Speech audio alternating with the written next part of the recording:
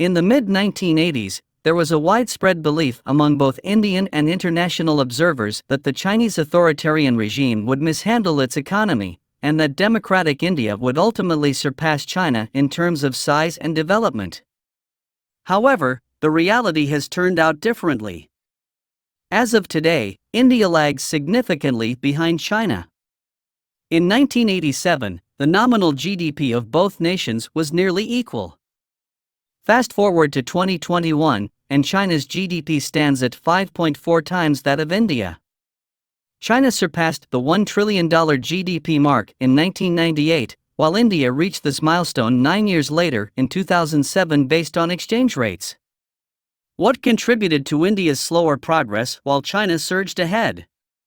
What propelled China's rapid development and immense economic growth, positioning it as the world's second-largest economy, making the United States trying hard to prevent China from taking the lead? Well, here's the answer: human capital and gender equality. If you're interested in gaining insights into Asian developments, you're in the right place. Before we proceed, don't forget to subscribe to our channel to ensure you receive a steady stream of intriguing videos on Asia. Now, let's explore why, in contrast to China, India faces challenges on its path to becoming an economic superpower. How China became an economic superpower. In March of 1985, the Wall Street Journal heaped its highest praise upon India's newly appointed Prime Minister, Rajiv Gandhi. A Columbia University economist, writing in the New York Times, proclaimed, "India, far more than China at present, possesses the potential for an economic miracle." The early 1980s marked a crucial juncture in history as both China and India, two of the world's most populous nations with nearly identical per capita incomes, initiated economic liberalization and opened up their economies. They both sparked expectations of revolution and miracle. However, while China experienced rapid growth, firmly rooted in human capital development, India fell short in this critical aspect of its development. China ascended to the status of an economic superpower, rendering projections of India as the next in line more a product of hype than reality. These disparities have deep historical roots.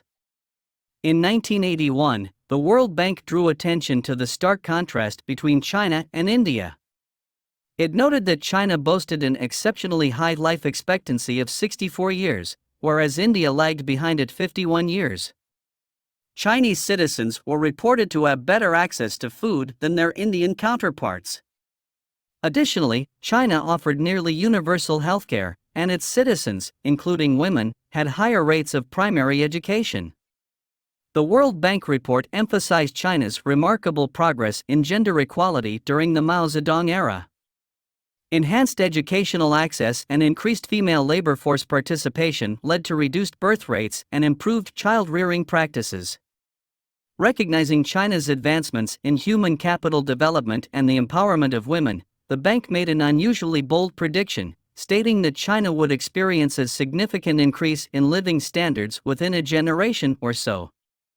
Throughout the history of the Industrial Revolution and beyond, every significant episode of economic advancement, primarily characterized by continuous productivity growth, has been linked to investments in human capital and increased participation of women in the workforce. While market liberalization undeniably played a crucial role in the growth of both China and India, China constructed its successful development strategy on the dual foundations of human capital development and gender equality, areas where India has notably fell behind. Invest in human capital and promote gender equality. Even as China transitioned towards a more market-oriented economy, it made remarkable investments in its human capital, surpassing India in elevating education and health standards to levels essential for a globally competitive workforce. The World Bank's 2020 Human Capital Index, which gauges a nation's education and health outcomes on a scale from 0 to 1, awarded India a score of 0.49, ranking it below countries like Nepal and Kenya, despite being wealthier. In contrast, China achieved a score of 0.65, on par with more affluent nations like Chile and Slovakia. Although China's female labor force participation rate has declined to approximately 62% from around 80% in 1990, India's rate has fallen even more sharply during the same period, dropping from 32% to about 25%. Particularly in urban areas, the prevalence of violence against women has deterred Indian women from entering the workforce. The combination of superior human capital development and greater gender equality has enabled China to achieve significantly higher total factor productivity growth, which serves as the most comprehensive measure of resource use efficiency. Assuming that both economies were equally productive in 1953, roughly when they embarked on their modernization endeavors, China increased its productivity by over 50% by the late 1980s. Today, China's productivity nearly doubles that of India. While 45% of Indian workers remain in the highly unproductive agricultural sector, China has evolved beyond basic, labor-intensive manufacturing to establish dominance in global markets, particularly in the electric vehicle sector. China also exhibits better readiness for future opportunities.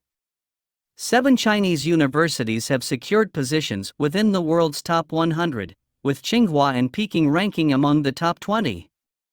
Tsinghua is globally recognized as the foremost institution for computer science, while Peking holds the 9th position.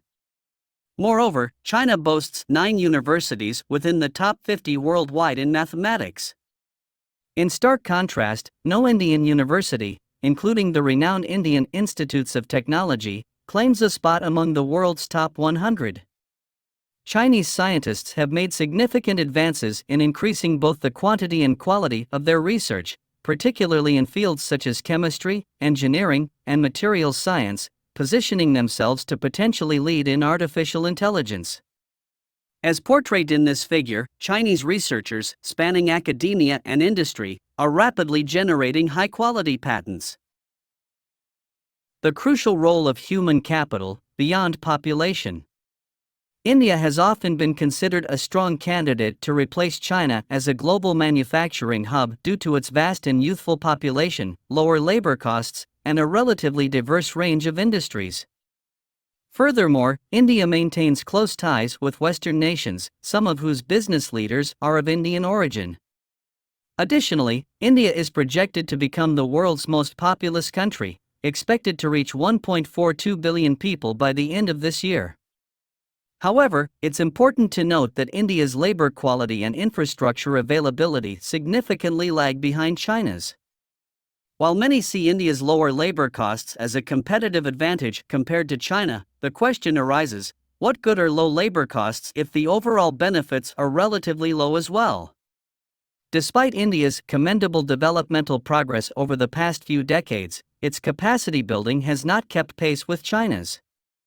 India's rate of child stunting is comparable to China's more than 2 decades ago, its life expectancy growth lags behind China by 25 years, and its adult literacy rate trails behind by roughly 3 decades. Moreover, India's governmental capacity is less robust than China's, and many Indians living in slums experience a lifetime without government records.